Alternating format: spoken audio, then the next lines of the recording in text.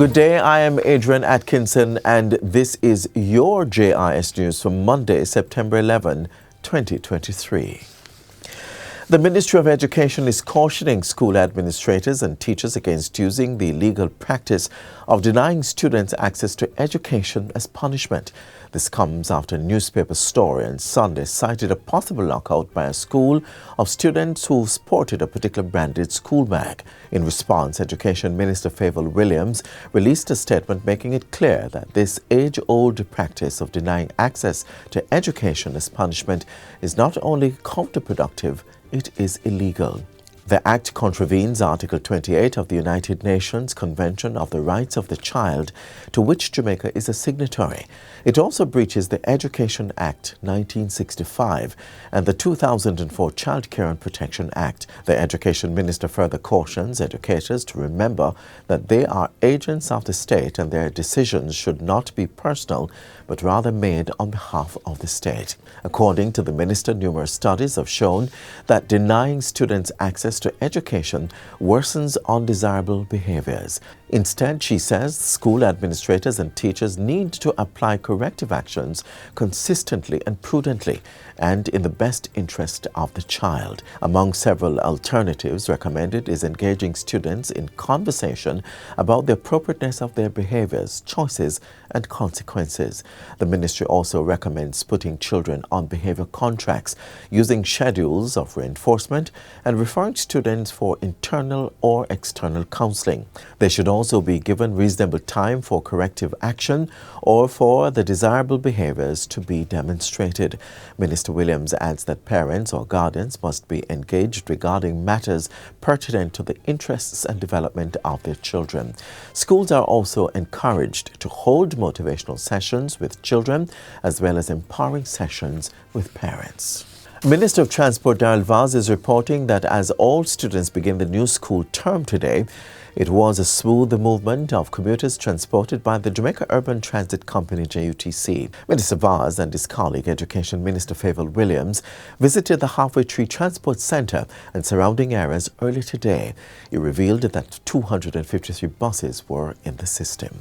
And what is very impressive to me is the fact that at 7:30, at this moment at 7:30, you have no waiting in the area for persons who are seeking buses.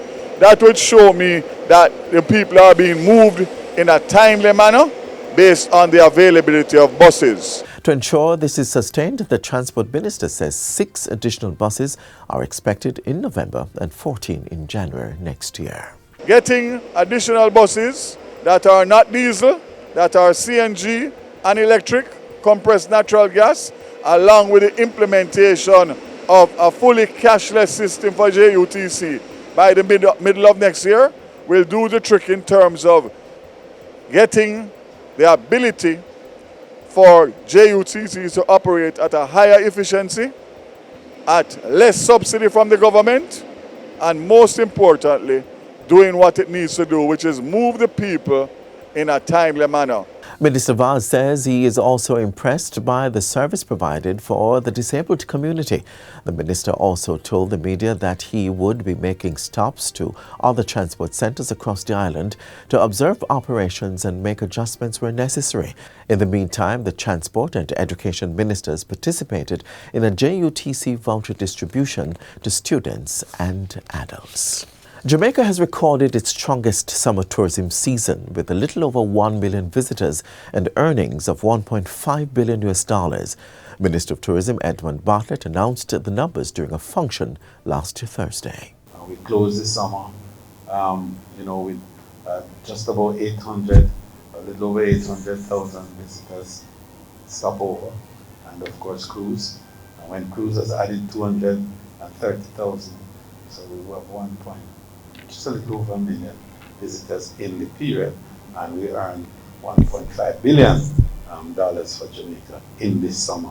Minister Bartlett says these results will put Jamaica on a good path to set a new record of $4 billion in earnings at the end of the year. So that has put us on a path now where at the end of August, we're 2.7 million visitors overall, and we have earned $3 I want to say that again.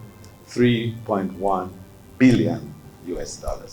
First time in our history that we have broken the 3 billion mark before the 9th month of the year, because we did that at the end of August.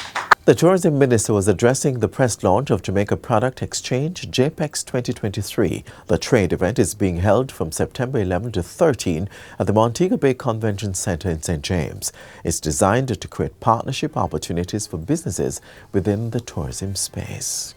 The Black River Hospital in St. Elizabeth has become the 7th public hospital in Jamaica to be internationally certified as baby-friendly. To be baby-friendly means giving every baby the best start in life by creating a healthcare environment that supports breastfeeding. This is in keeping with the global campaign established to prepare health systems and mobilize healthcare workers to protect, promote, and support breastfeeding. It is being done in partnership with UNICEF and the WHO as well as PAHO. The baby-friendly program is also part of the government's drive to provide a framework that enables mothers to acquire the skills they need to breastfeed exclusively for the first 6 months, followed by complementary foods and continued breastfeeding for 2 years and beyond.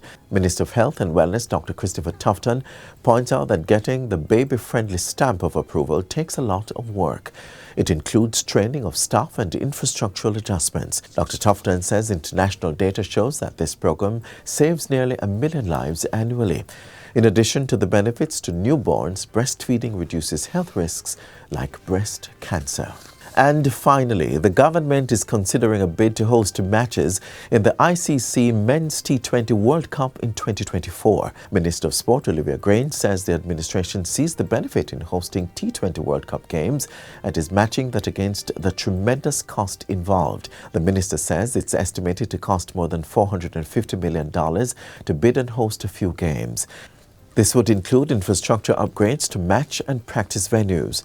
The sport minister says discussions are continuing with the Jamaica Cricket Association, which is in dialogue with Cricket West Indies, along with other stakeholders and potential partners on the way forward, considering the huge cost involved. And that's it for JIS News Today. I'm Adrian Atkinson. Thank you so much for watching.